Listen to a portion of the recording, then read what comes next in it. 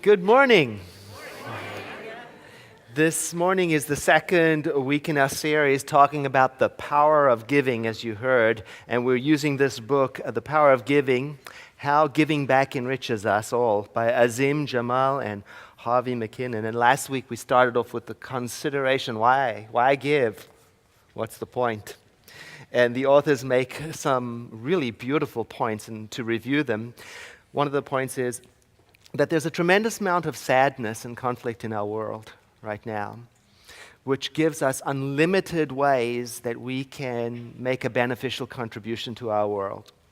Through giving, their position is we can actually make a difference. We can make an impact on our world. The second point they make is that not only is giving the way to make a beneficial impact on a global level, but there are actually personal benefits. In that it helps connect us to each other, it helps us connect us to our community. And it turns out there are also physical benefits, emotional benefits that go along when we practice giving. The third thing they say is that when you and I connect with a cause that we are passionate about, and we give to that, it has the effect of unlocking our creativity and helps establish us in a life that has meaning and fulfillment through our giving. They also say that giving is important because you and I are conduits, we say a channel, for this thing called life. And giving is the mirror image of receiving, and when either one of those is blocked up, it has the effect of getting us stuck. And so giving is, just like receiving is, a way of navigating out of stuckness into the flow. And then the last point they make, the reason why we might want to consider giving is because it's just plain ordinary, simply beautiful. It's a beautiful thing to engage in and do. Now this week, we're shifting our attention to the question, what do I have to give? What do you have to give? What ought I to give? And it's important to note that giving doesn't have to cost a lot in terms of dollars or even time. In fact, it's a helpful shift in focus to shift away from the cash value of a gift, away from dollars and material, and to think about this idea that giving has built into it a self-multiplying power. Giving has the ability to duplicate its effect, no matter what the original value of the initial gift is. I mean, think about it this way. There's the giver, there's the gift, there's the recipient, and then there's the ripple effect, the aftershocks that ripple out. And that, today, we are thinking of as the true power in giving, what it's able to do in the world beyond its initial gift. So last year, in this season last year, I was walking in my neighborhood and I came across a sign and a box. It was a box of Asian pears. And the sign was, take as many as you want. If you've ever had an Asian pear tree, they produce, right? You got to give them away.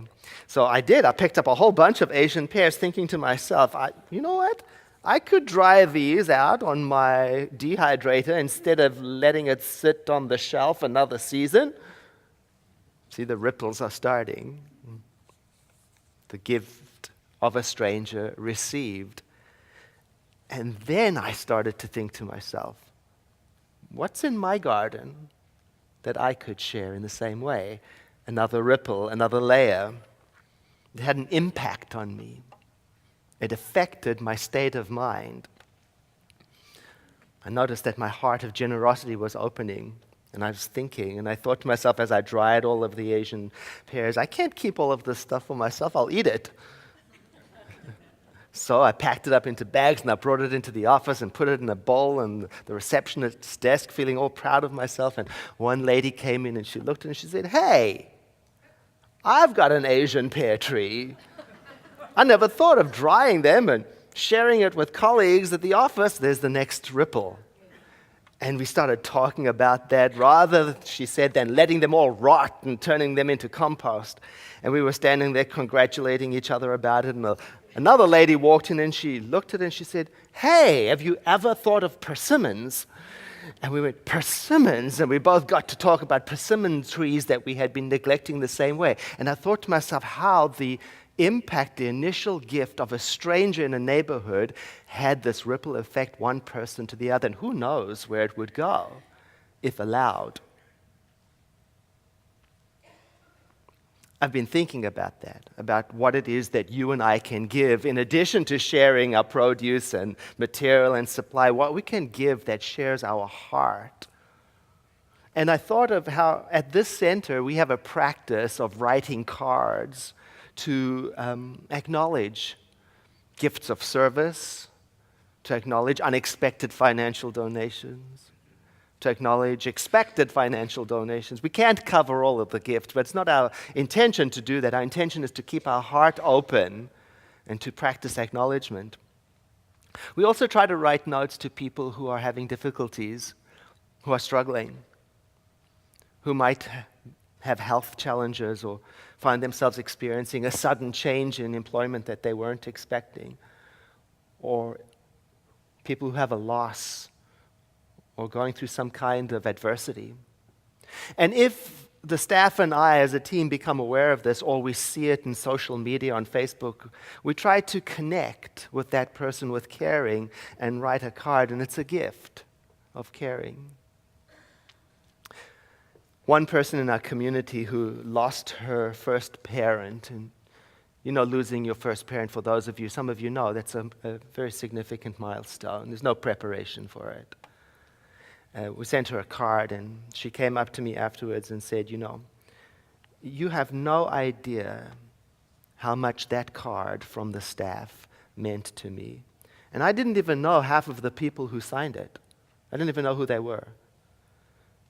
And I didn't realize that a card could mean so much to me because, frankly, before that, I dismissed cards as being somewhat, sappy, and I didn't really get into them. But when that card arrived and I opened it, I felt this rush of supportive emotion come up in me because I imagined all of the loving kindness of strangers that it represented. And I took it all in from people I didn't even know. It helped me reconnect to my heart, she said, since the first ripple. And then she said, as she unveiled the next ripple, she said, "Now I've started to pay attention to the significant milestones in people's lives around me, the people around me, milestones that I've been missing. And I'm practicing acknowledging them. I'm writing cards to them. In fact, I've become a card-writing maniac." The second ripple, It had an impact on her, and she's letting the impact continue. Heaven knows where it will go. And then, 2 years ago, when my own mother passed away, I told very few people about it because, frankly, it was very difficult for me to fulfill my public duties while at the same time managing my grief. So I kept it to myself as I processed it. But she found out. And she wrote to me the most beautiful handwritten letter. And I could just see the care in the way the paper was chosen and how each letter was formed. And I thought to myself, it's the third ripple. The center's practice had an impact on me. It had an impact on her, and it's coming back. It has that habit of going around and coming back in ever-increasing circles, if allowed to do so. Last week I told you the story of the piano that my grandmother helped the family buy for me when our family could barely afford such luxurious items as a piano, and how that gift, that generosity, helped make music become a focus of my life. And when music becomes the focus of a child's life, it becomes more and more and more expensive.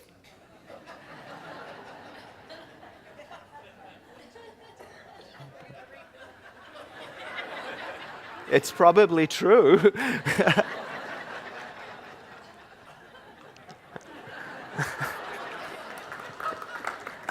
I'll see if I can get this done in 14 minutes. What was I saying? Oh, music becoming more expensive. Because, of course, once you start, then you have to learn to play the recorder, right?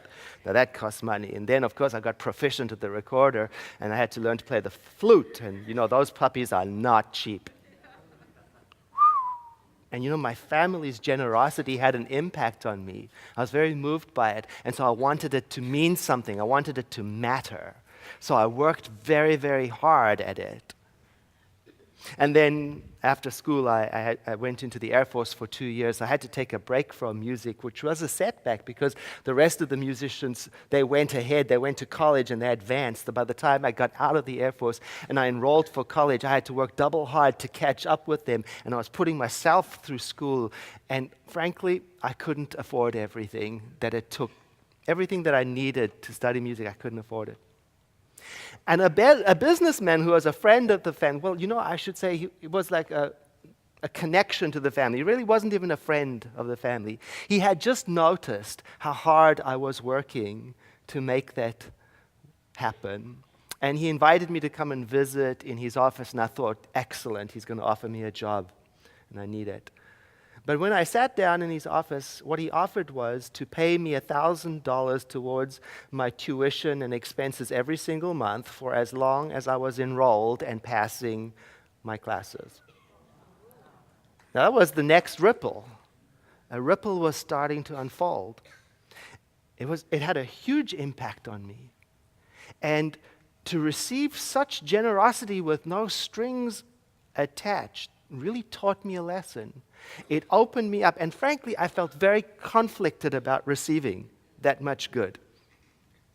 So I made up my mind. I was going to compensate. I would do the same. One day, I told myself. So the second ripple was percolating. It had an impact on my mind, and it was setting me up. And one day, I had the opportunity. Years later, in another country, here, I was enrolled in ministerial training in Los Angeles so many years ago.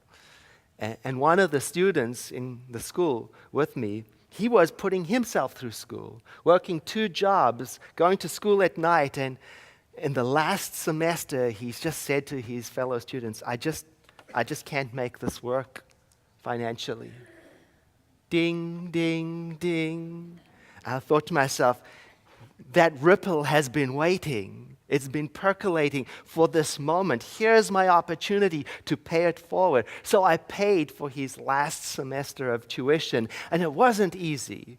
But it was so rewarding because I got to watch the ripple effect go further through him.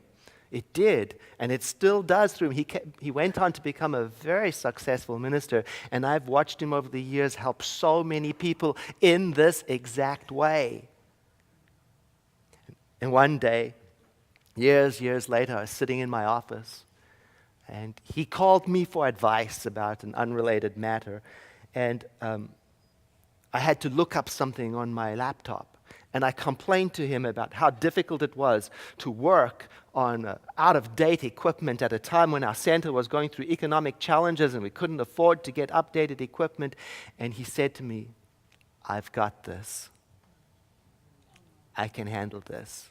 And the next day, a brand new laptop appeared at the center for me. And I thought to myself, my grandmother's gift set in motion a ripple that who knew how it would go and come back. And you know what? It carries on. That sort of thing changes you. They write about it on page 43. The ability to stimulate others to give was dramatized in the movie Pay It Forward, adapted from Catherine Ryan Hyde's novel. This movie is about a 7th grade student who, while completing a school assignment, comes up with a concept that could actually change the world. The concept, one person will perform 3 acts of kindness. Rather than expecting these 3 people, given the assistance, to pay him or her back for the kindness, the person will ask them to pay it forward. These people will each help 3 more people in whatever way they can. If each person helps 3 others every day for 2 weeks straight, some 4 million people will benefit from the original act of giving just one person some love and care. They give suggestions about what are the things that we can give in this way in the book, including, can you have the next slide?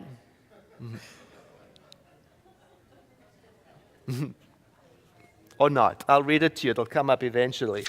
Love, laughter, knowledge, leadership, hope, life, time, money, skills, health, touch, attention, and advice. We can add our own to that list. Compliments, encouragement, friendship, listening. Oh, the list goes on and on and on. But perhaps you noticed that love is at the top of the list. Love is the heart of giving. Love in the form of caring. Because imagine giving without heart. We could call it heartless giving. That's giving out of a sense of obligation. It's a different kind of giving. That's when you give because you have to, and that becomes a transaction. Maybe at the heart of it is the desire to influence or control or cause somebody to do something or even trap somebody. That's not what we're talking about. We're talking about heart-filled giving, especially at this time in our world. There are so many things in the world going on that are stressful, that provide for us an opportunity to practice heart-filled giving. Especially this time of the year, when the winter months come with all of the family and traditional events that show up. Many people right now are missing loved ones. You know, it might be their first event where a partner or a parent or a child is no longer here. And just everything in the season reminds them of that. There are many opportunities for us to give support and sharing and understanding. I've been thinking about that, how to give with heart in situations like that when people are hurting. It's so important to be mindful. Why mindful? Well, because when people are suffering and are sad or traumatized, very often they are sensitive. And their emotions are like sunburnt skin, easily hurt by careless words or well-meant pep talks or corrections or advice. When I saw advice on that list, a little red flag went up, right? I went, wow, how do you give advice? You know, it takes maturity and it takes sensitivity to give that kind of gift. It has to have love at the center of it, and it has to be mindful. And here's how they describe it. Mindful means that you are conscious of your motivations. Why am I doing this? You think about that. And your feelings and your thoughts, and you examine them regularly.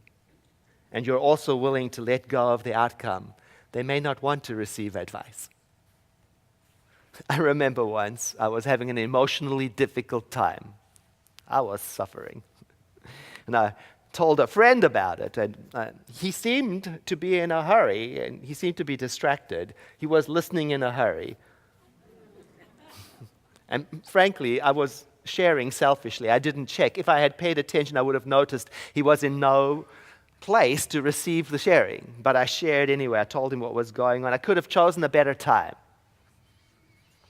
Then he gave me some advice. He said, you should really try therapy. It's really worked for me.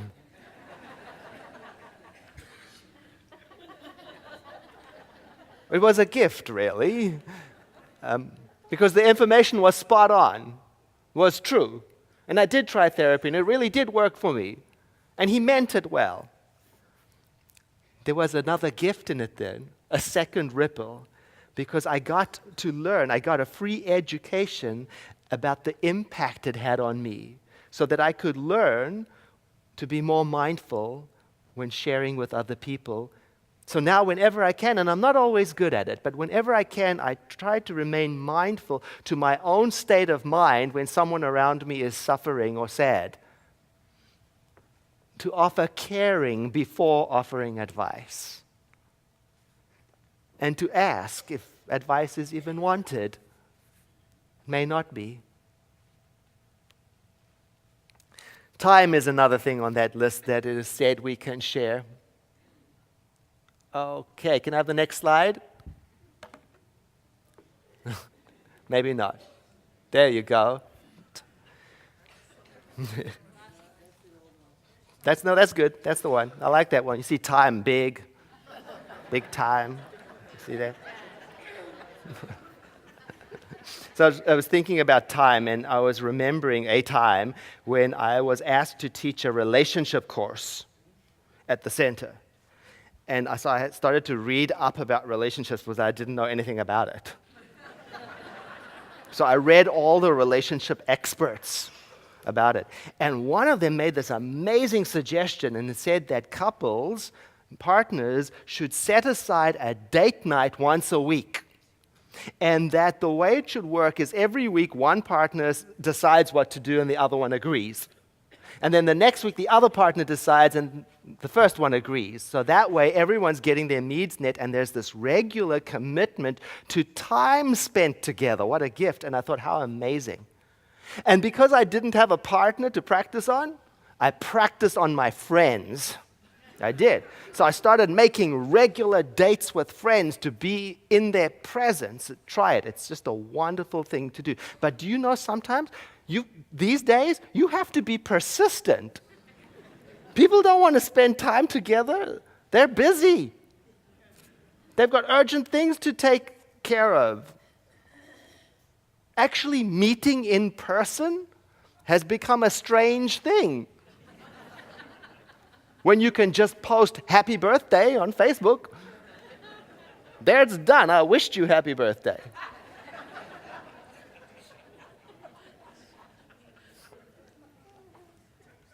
I recently had to tell a friend of mine, no, I actually mean it. I want to actually see you this year. And the end is near. So you choose, I told him. Walk, talk, tea, movie, I don't care, but texting is not enough. So we eventually, under pressure and bullying, I got him to hang out with me. And he said to me, he confessed, he said, I really appreciate that you did that because now that we're hanging out together, I'm remembering. I had forgotten what good friends we are. I had forgotten how I feel when we are hanging out like this. You see, it made an impact on him. First ripple. I gave the time, and he said, here's the second ripple. And I'm now going to make time for friends. I'm going to do that. And I'm going to be persistent. And then he said, and I realize that if I'm too busy to spend time with the people I love, I'm too busy. I'm way too busy for that. It's wonderful to imagine the ripples that will have, the effect that will have in the world. If you start with love, it sets the tone for how all the other items on the list can become powerful. Love as caring at the heart of anything you give, whether it's humor or anything, will change everything. Like I'm thinking about skills. Maybe there we go. Yay. The gift of skills. Well, I'm training to go on a 545-mile bike ride. Yeah. And a friend of mine who's a cyclist took me under his wing because he knows how to do it all. He's a cycle fanatic. I didn't even have a bike.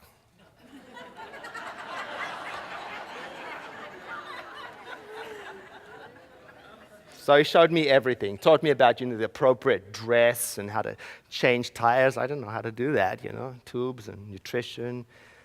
He helped fit the bike, and not only did I get his hands-on experience and the free lessons of his skills, I also got to spend quality time with him. There in his garage, we sat. And I learned about him, and I learned about his family, and I learned about his children. I learned about significant milestones in his life, and I learned about his hopes and his dreams. And at the same time, he was giving me confidence, and he gave me a spare tube. I didn't even have one. He took me to bike shops. He showed me appropriate helmets. He helped me find a bike, and he helped me purchase it, and he taught me something. He taught me confidence. He taught me sharing. He taught me I could do it. And so then I was out riding with a friend, a new rider too, and he didn't have a spare tube. He had a flat. And I knew what to do. The ripple started. I had been given a gift. So I changed his tire and thought, well, that's another ripple. How wonderful. The very next day, on another ride with another friend, another flat. But I don't have another tube. And along comes Raymond. Who is Raymond? I don't know. He just pulled over alongside us. He got out of his car with a big smile on his face, and he said, "You're supposed to ride your bikes, not push them." And he asked us what was wrong, and we said we don't have any spare tubes, and he laughed, and he went into his trunk, and he pulled out a spare tube. He gave it to us, and I said, "Can we pay for this?" And he smiled and said no, and he jumped into his car and left. And I thought to myself, I wonder what original act of generosity started somewhere that had an impact on someone that would eventually have an impact on him. And when will I have the chance to offer that further into the world? What about hope? Hope is a wonderful gift to give. It's a beautiful way to give. You're going to have an opportunity today to participate because we will hear from the Heart Safe Ministry, and they're going to teach you about CPR, hands-only CPR, and it's a beautiful skill to learn, and it costs only a little bit of your time. Learning how to save someone's life is a tremendous way to give hope. I've been thinking about that hope and how important it is to affirm people and cherish them and their lives. I was thinking about the 12-year-old boy who committed suicide recently. They think because he was bullied, because he was the only male cheerleader. And I'm thinking about the 12-year-old girl earlier this year in April who committed suicide because she was tall and had a scar on her face. She was called names. And I thought, how important it is to make room for people to be who they are, with their differences, with their uniqueness, no matter their race or sexuality or economy or gender, whatever it is that separates them from each other, from us. And that how valuable the gift of caring can be in that regard. And everybody has some of that to give. Everybody can start a ripple effect and make an impact on life. And we are being called upon this month to discover exactly what that might be that we have to give and share it. So I invite you to breathe in with me and close your eyes as you exhale as we turn our attention to prayer. Returning to the affirmation that we started with, I'll read it to you. I accept the fullness of my life. My days are filled with opportunities to share my joy. I am alive with the power of giving. And so as we turn to that center of the heart of everything, which we call divinity, we acknowledge that that is where all power comes from, where all joy resides. And that is the heart of giving. That is where we are inspired from. And as we acknowledge this heart of creation, which is our abode, we declare that we are at home in this heart of love, and in so doing, we are remembering what it is that we have to share. Our thoughts are being inspired to go beyond material gifts to the impact that giving itself, no matter what the gift is, has, not only on our own lives, but on the lives everywhere, and also the impact it has beyond what we are able to perceive. And we celebrate that. We let the awareness know, the awareness of this knowing, of the infinite multiplying power of giving, we let the awareness of it change us, instill hope in us. And in so doing, in this moment, we have become rededicated to be channels for the self-givingness of this universe to itself. And together we say, and so it is.